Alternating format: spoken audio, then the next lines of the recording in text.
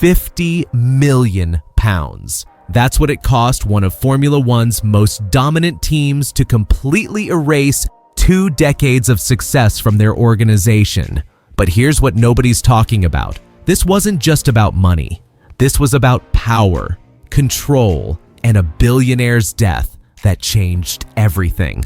Today, I'm going to show you exactly how the longest-serving team principal in Formula One went from untouchable to unemployed in just 48 hours, and why his next move could shake up the entire grid. But first, if you want to stay ahead of every major F1 story this season, hit that subscribe button right now. The timeline tells you everything you need to know. July 9th, sacked as team principal, just 3 days after watching his driver battle for victory at the British Grand Prix. But the real gut punch? This happened just 7 months before the ultimate culmination of 20 years of work. Think about this. For 2 decades, this man had one obsession: turning his team into a true factory outfit. Not just a customer team buying engines from Honda, but a complete manufacturer building everything in-house. He started this engine project back in 2021. The partnership with Ford was finalized. The facilities were built, the staff hired, and now he'll have to watch someone else take all the credit when those engines fire up next season.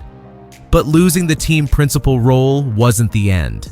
That was just the beginning, because what happened next reveals just how deep this power struggle really went.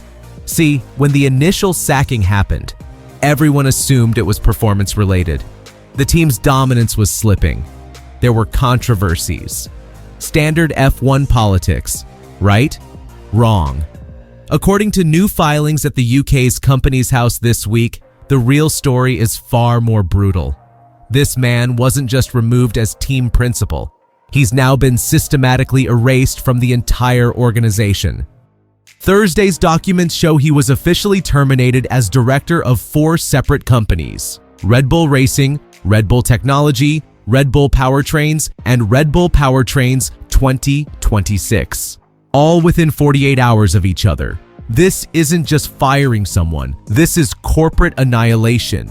But here's where it gets interesting. The severance package they had to pay to make this happen?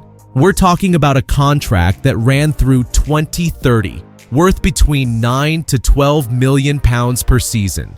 Do the math. That's potentially over 50 million pounds just to get rid of one man. But the real question is, why was someone worth that much money suddenly worth nothing at all? October 22nd, 2022.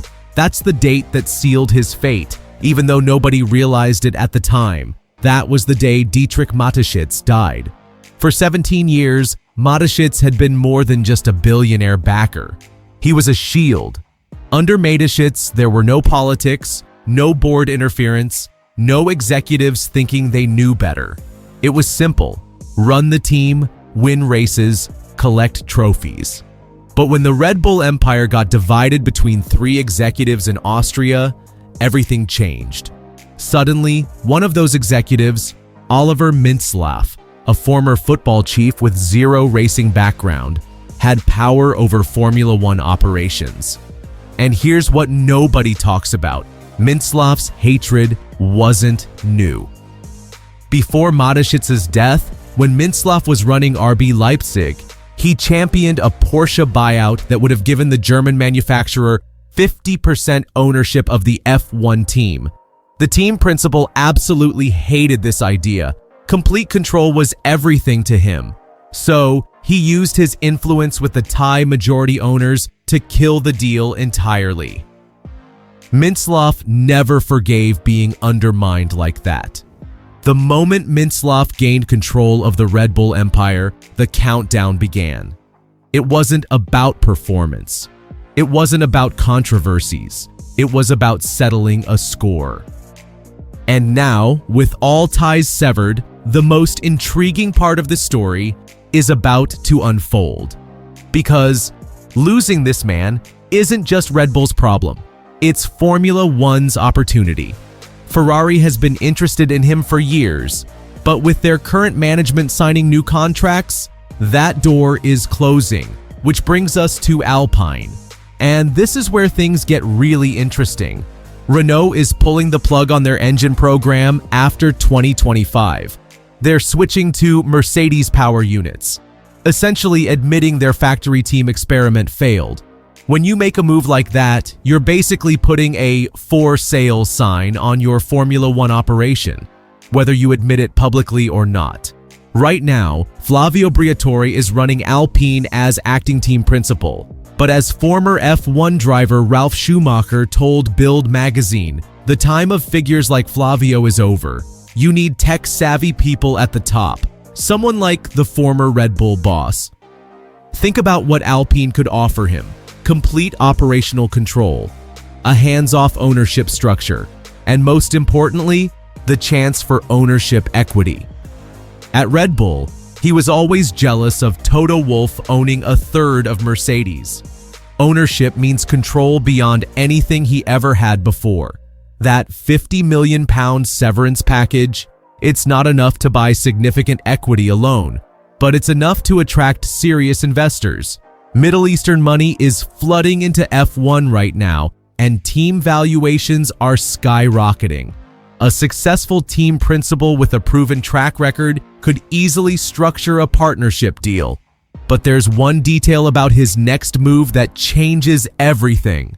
Bernie Ecclestone, his old friend, said it best: the position he really wanted at Red Bull was to own part of the team. Unless he gets somebody to put the money up to buy a team, I can't see it happening. That's the key. This isn't just about finding another team principal job. This is about achieving what Red Bull never allowed him to have: true ownership. Alpine represents more than just a struggling team. It represents the chance to build something from the ground up, with equity stakes and long-term security that no employee contract could ever provide. The timing is perfect. Alpine needs leadership, he needs ownership, and there's enough Middle Eastern investment interest to make a buyout realistic. So here's what we're watching for. Alpine's 2025 performance will determine everything. If they continue struggling, Renault's willingness to sell increases. If investor interest materializes, we could see one of F1's most successful team principals return not as an employee, but as an owner. The man who spent 20 years building Red Bull into a dominant force could be about to start over, but this time with complete control from day one. 6 Constructors' Championships, 8 Drivers' titles, all achieved as a customer team buying engines from others. Imagine what he could do with full operational control, ownership stakes, and the motivation to prove his former employers wrong. What do you think?